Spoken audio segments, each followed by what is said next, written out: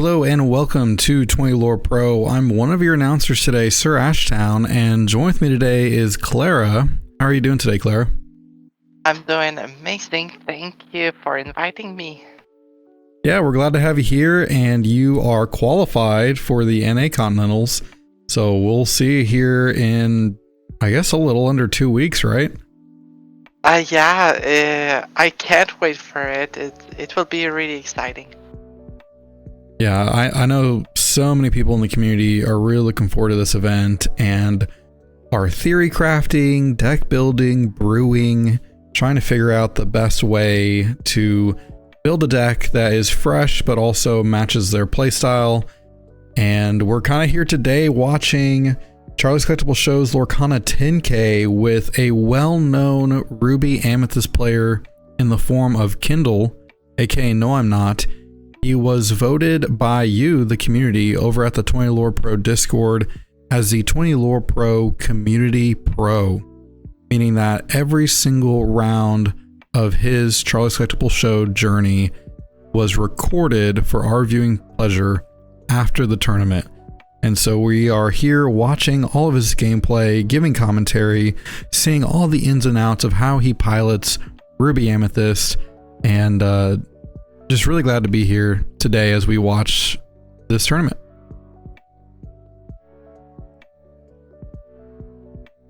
So, Claire, you're not, you're very familiar with competing at a high stage, high stakes level of Lorcana. How was that experience for you? Well, it was really exciting.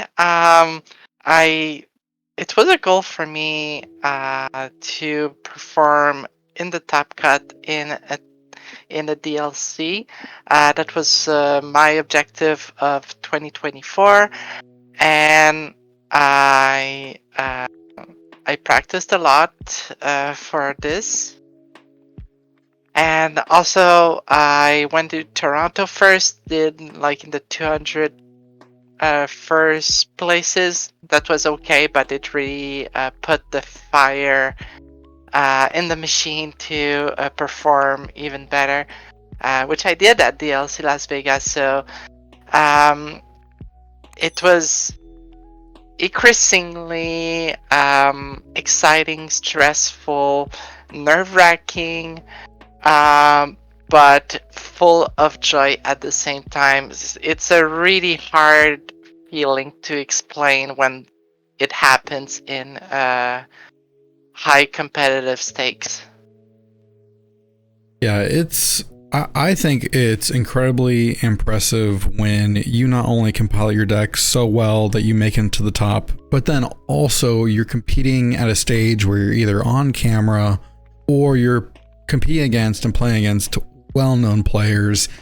And we're seeing Noimnot here in round 7 here, playing against another well-known community member, TOWELMANPURPLE, one of, if not the founder of Ink Thieves TCG Lorcana team. Really excited to see TOWELMANPURPLE here at the tournament, and they're both 5-1. So this is a really pivotal time at the tournament because not every 5-2 was going to make it into the top 8 due to the cuts. So it meant that you needed to play this out and you needed to win in order to make sure that you made it into the top cut. Okay, so that is really interesting to know. Yeah, playing on camera at this specific moment can add more stress than any other round, because you know that you need to win to make it, and your plays are scrutinized on top of that. So I can't imagine the stress that both of them are going through, and it goes to say that the way that you're able to manage that stress makes it or breaks it. Yeah, and I want to say at this specific tournament, there's another well-known player, TFM Dan from the Forbidden Mountain, and I want to say he was 5-2, and he had 5-2-1, so he made a decision to draw one of the rounds. 5-2. 5, 6, 7, 8. Yes. He made a decision to draw his last round, and it actually cost him getting into top 8. Whoa, for real? Yes, and we've never seen it. Like, everyone there, we were all talking about this, have never seen that happen before, where someone's 5-2-1 with 218 players like it was and not make top cut. But TFM Dan experienced it, and it was just brutal.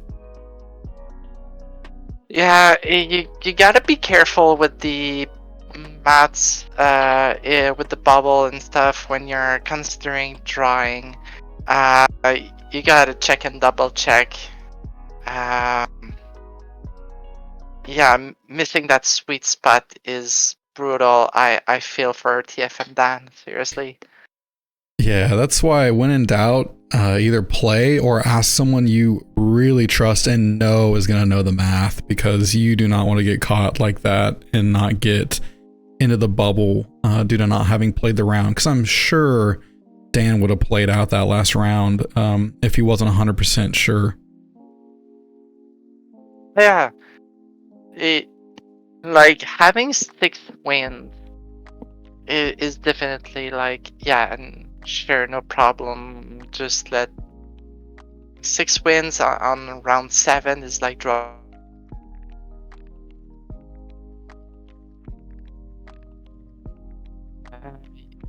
You're making it into the top cut. Like, there's no questions asked. That's true, and it also helps you get a higher seeding too. If you play out your last round and you get the win, and you know that you're set. As we see in this tournament later on, DeCandio was the #1 seed, and I want to say Noimnot ends up the 4th seed, and that plays into who is going to go first, and that can really make or break your top cuts. Yeah. Well. I was, as a parallel, I was quite lucky in the DLC Las Vegas. I ended up 28. So at least for a couple rounds, I was able to get on the play with the aggro deck. So I can imagine really the importance of going first. It gives you an edge. And I want to believe that this edge is diminished the further we're going through the chapters right now. It was a considerable thing, like in the first chapters. I don't deny it, but I do believe that the effect is diminished as time goes on. That's a really good point. I think that as we continue to see more sets get included into Lorcana, we may see that with the 2-game format, as they continue with it, that it really will just be more of a psychological impact versus an actual board state or like game deciding factor state on whether or not you go first or not. Yeah. So going with the game between Kendall and TOWELMANPURPLE, that effect right now on the first turns, it's hard to see who is in the driving seat right now. Honestly, 1 against 2 in terms of lore, board presence that is somewhat similar. We do have TOWELMANPURPLE that is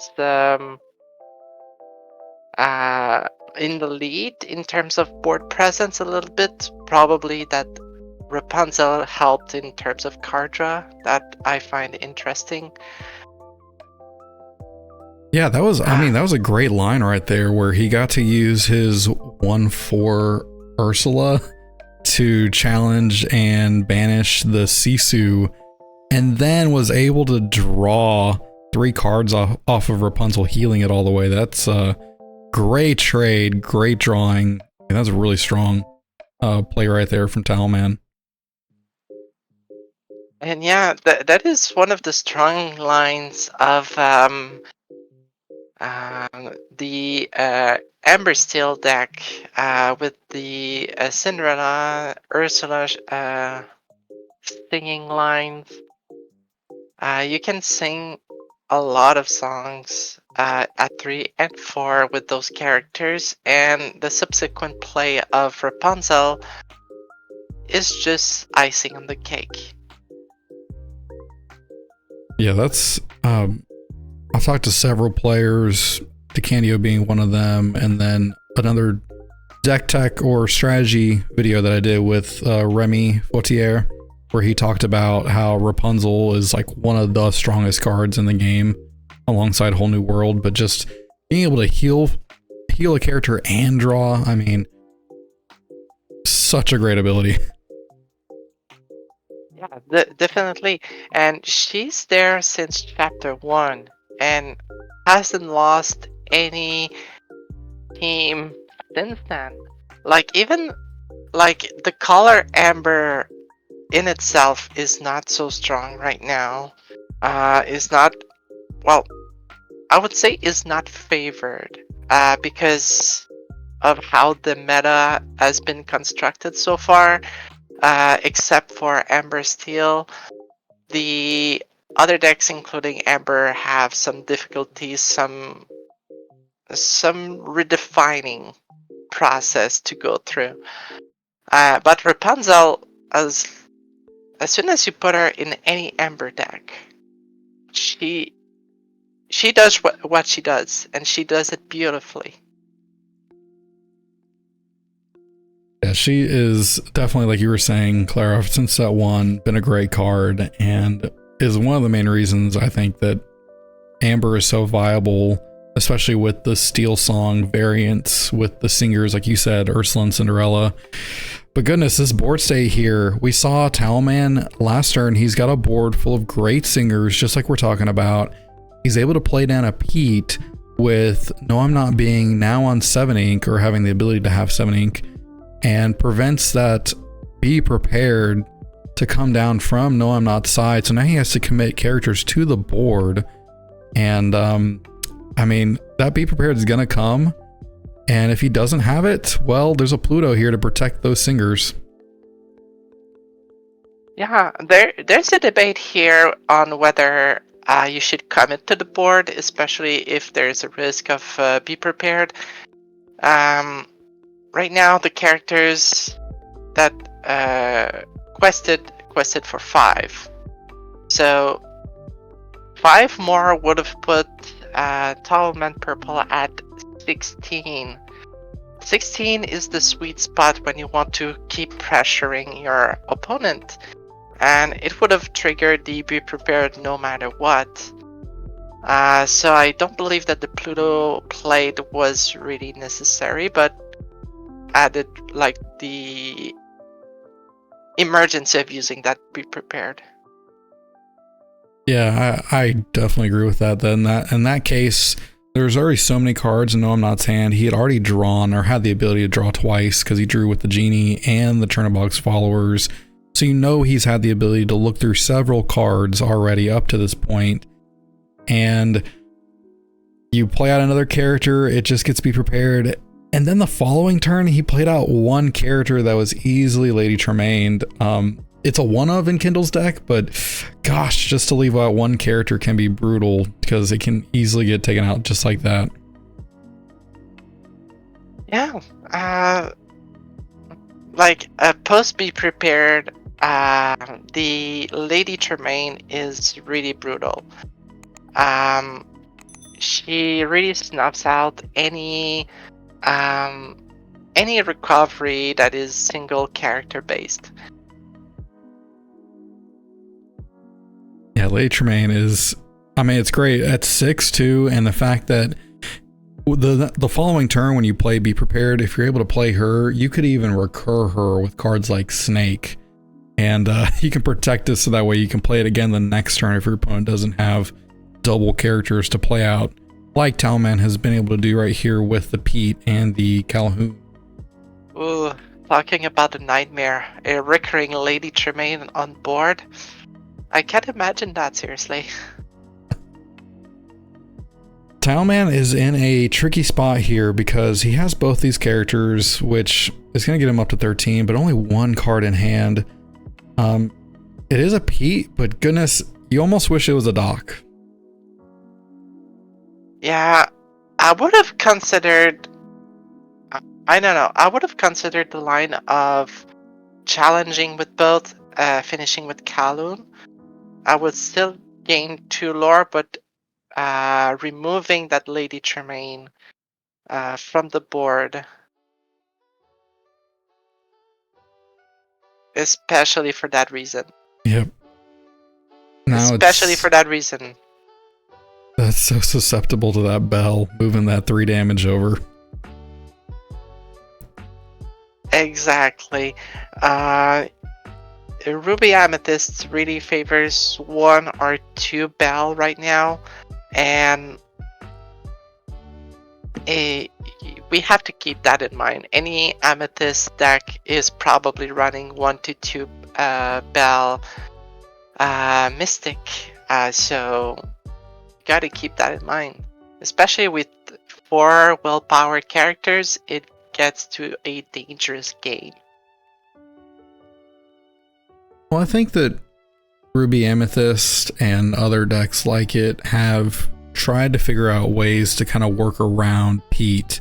I know in the last sets at 5, they were playing cards like Scar, things that could challenge onto the board, even Big Sisu.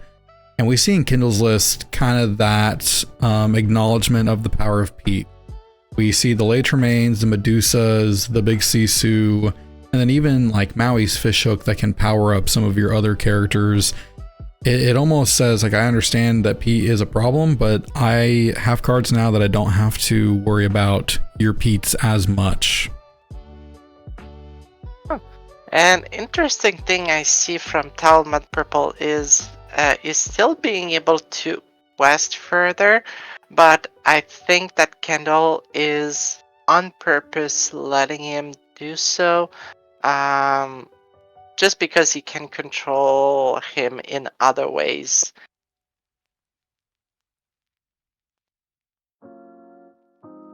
Yeah, even being at 15, having no cards in hand, and we're looking at Talman's list right now, and there's no docs.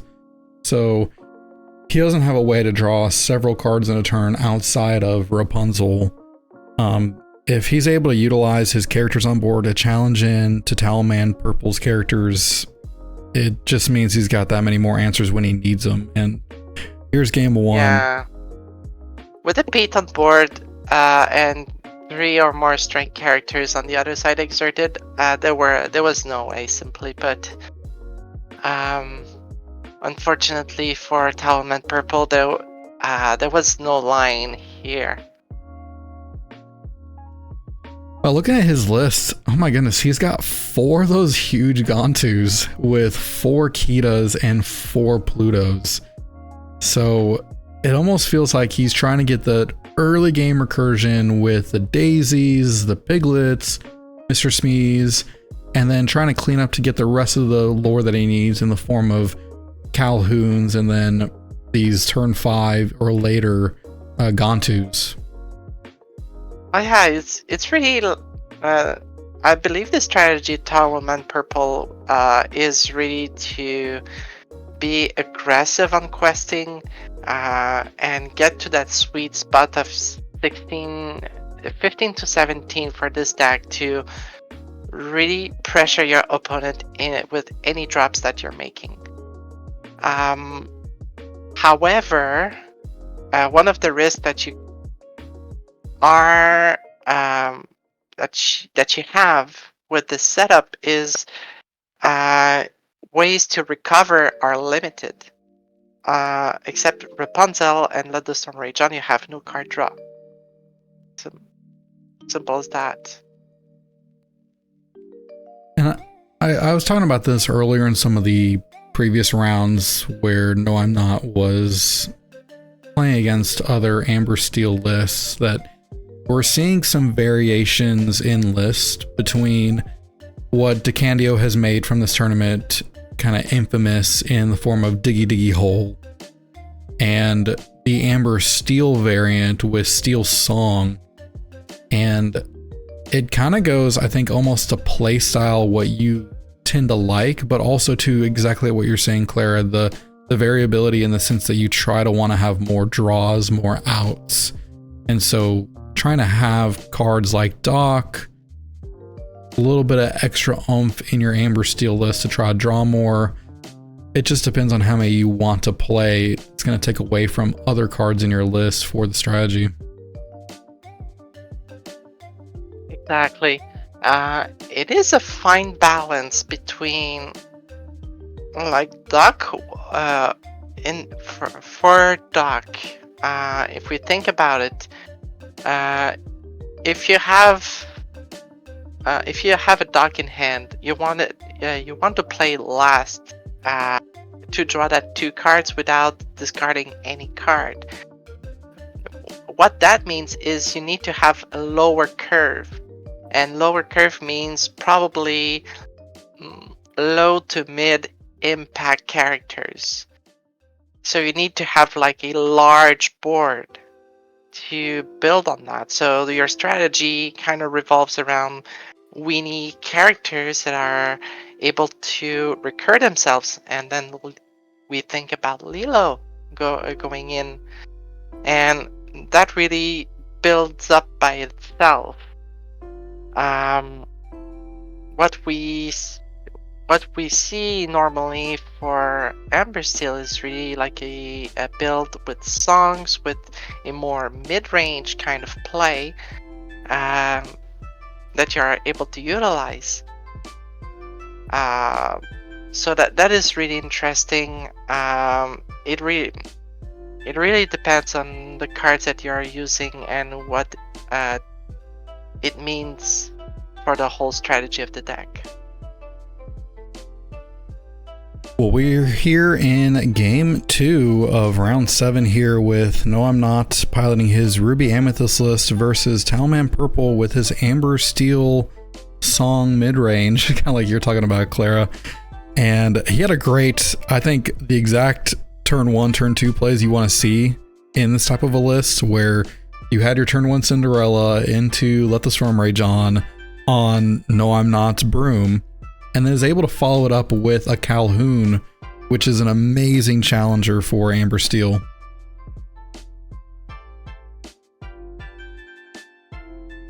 Oh, and following up with Daisy, that is interesting to see.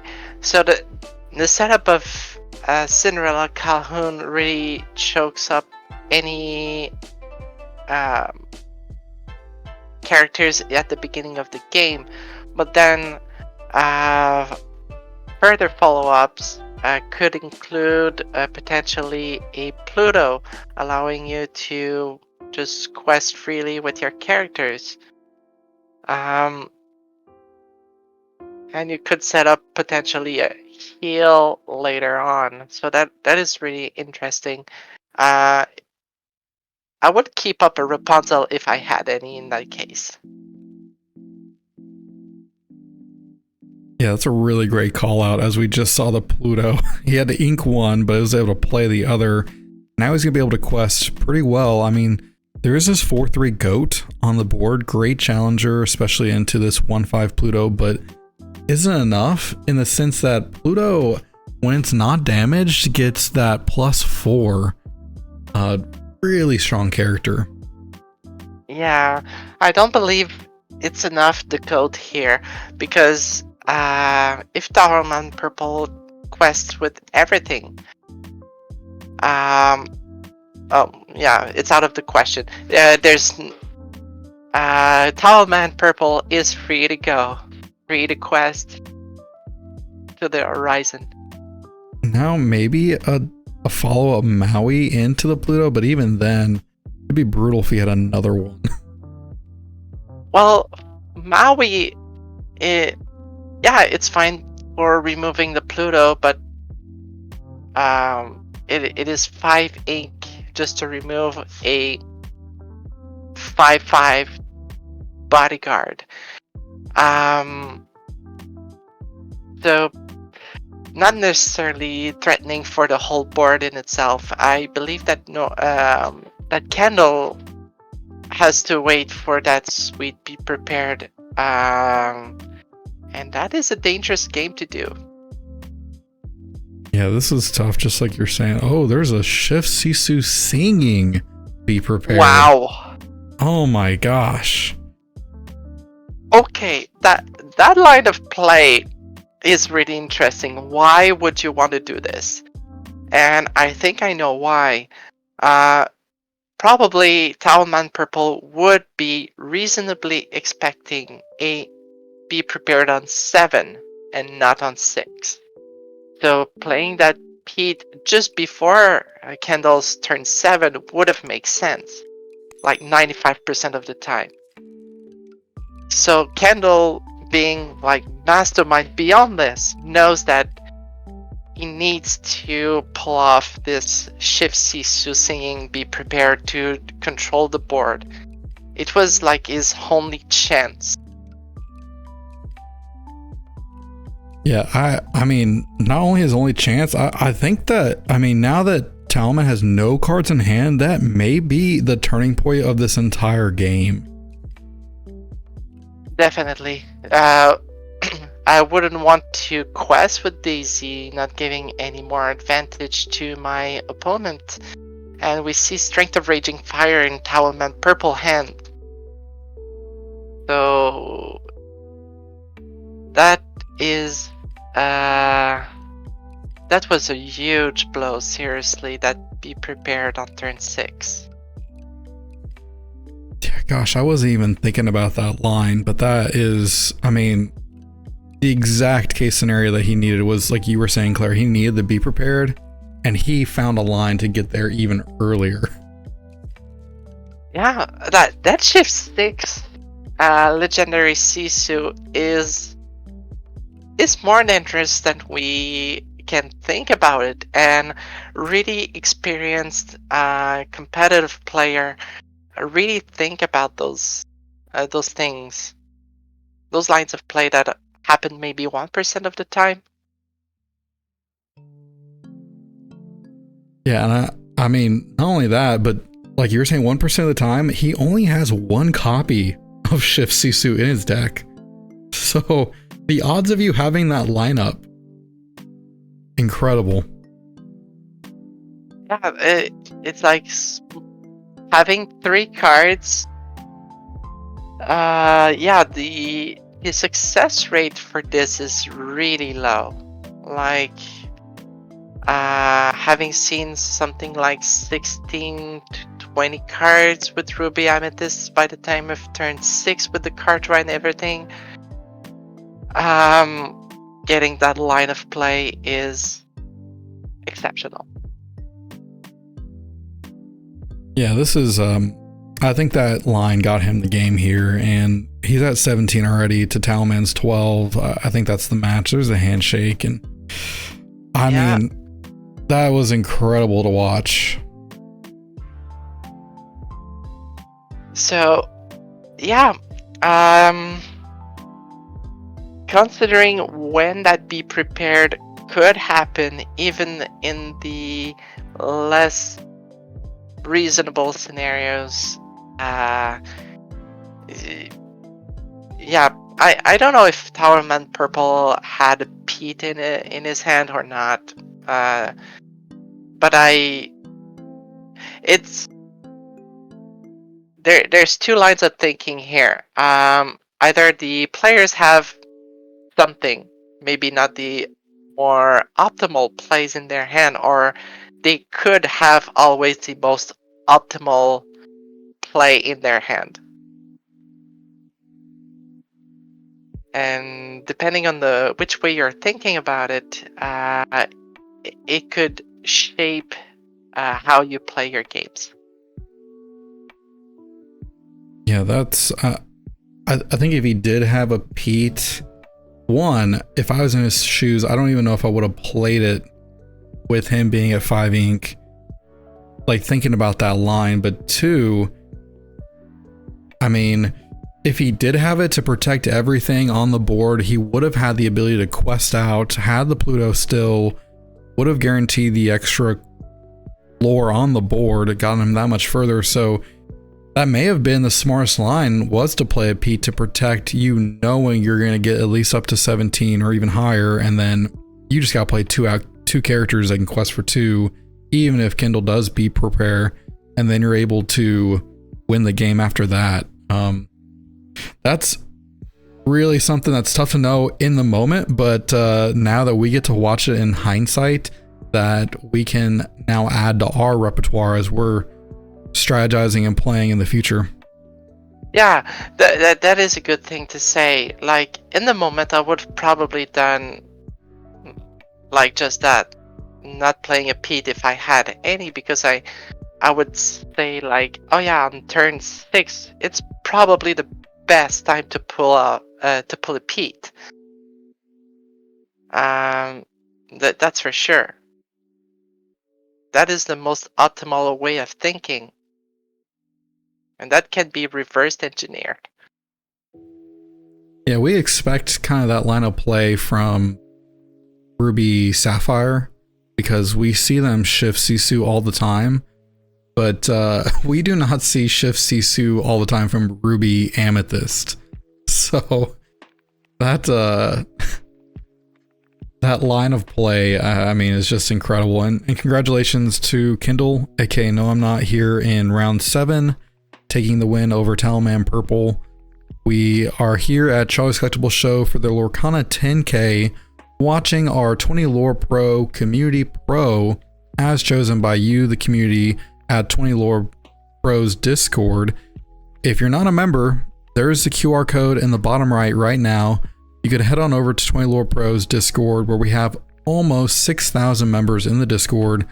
Everyone there is talking about competitive Lorcana, deck discussions, lots of conversations surrounding Lorcana. If you're not a member and you're looking for a place to join in the conversation, head on over to 20 Lore Pro's Discord. Again, I'm SirAshtown, and join with me today is Clara, who is a qualifier for the NA Continentals. Thank you so much for joining us today, Clara. My pleasure. This has been a lot of fun, and stay tuned. We are going to be going into round 8 here in just a little bit in the next video. But if you missed any of his other rounds, highly recommend that you check out the playlist. All of our 20 Lore Pro Community Pros videos, all of his rounds are available here on YouTube. We're going to have all of the links down below to his player guide, his team, which is Labyrinth TCG, that he's a member of. And we're also going to have links to all of Clara's information, all of her socials. So if you want to learn more about her or watch her play or her play style, especially as she's getting ready for the NA Continentals, check out the description below. We'll have her links available to you. So thank you all again so much for watching, and we'll see you here in just a little bit.